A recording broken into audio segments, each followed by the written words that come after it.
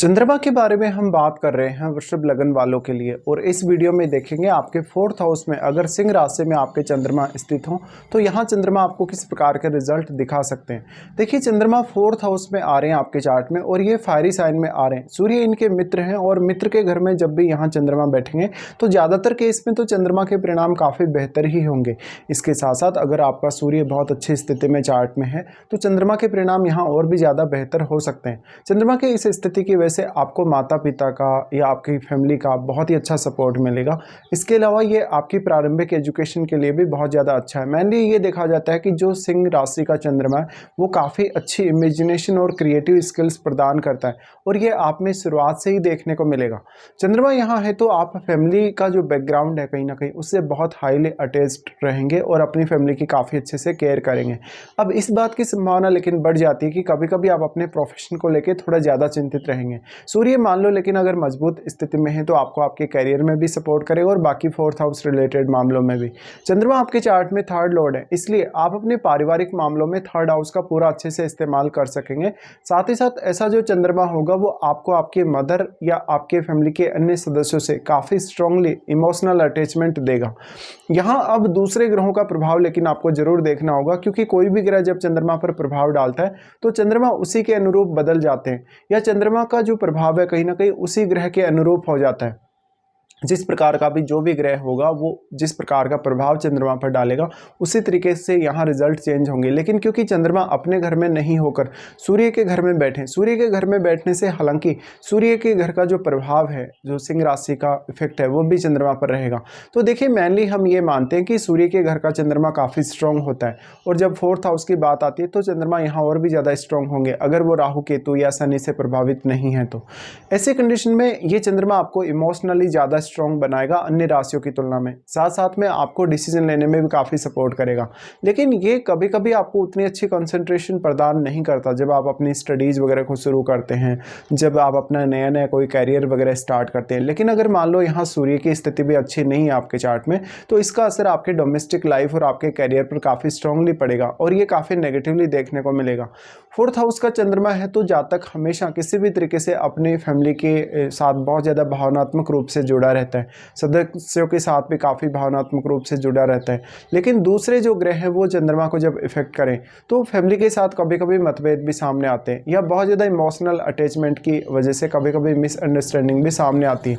ऐसी कंडीशन में आपको एक तो हमेशा प्रैक्टिकल होने के लिए ज़रूर देखना चाहिए।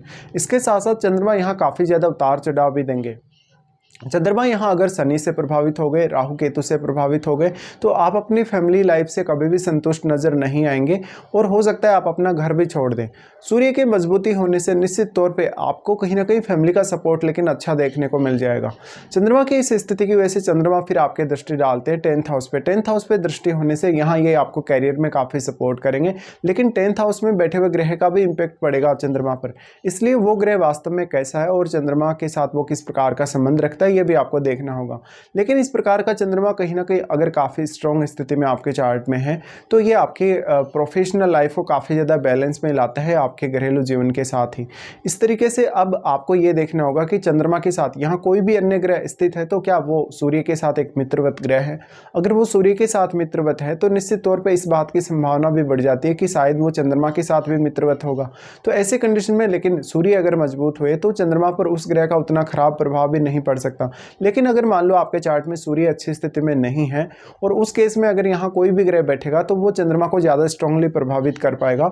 इसके साथ साथ अगर चंद्रमा का ही कोई मित्र ग्रह यहाँ बैठा हो आपके 4th हाउस में तो इससे चंद्रमा को काफ़ी ज़्यादा सपोर्ट भी मिलेगा। लेकिन मान लो चंद्रमा का कोई ऐसा ग्रह बैठ जाए यहाँ जो उनका फ्रेंड नहीं है या उनके साथ बहुत ज़्यादा शत्रुवत है, ऐसी कंडीशन में आपको उन भावों को जरूर देखना होगा जिन भावों का स्वामी होकर वो ग्रह यहाँ आया है आपके 4th हाउस में, क्योंकि उन भावों के प्रति भी आपके इमोशंस काफ़ी ज़्यादा स्ट्रॉन्ग होंगे।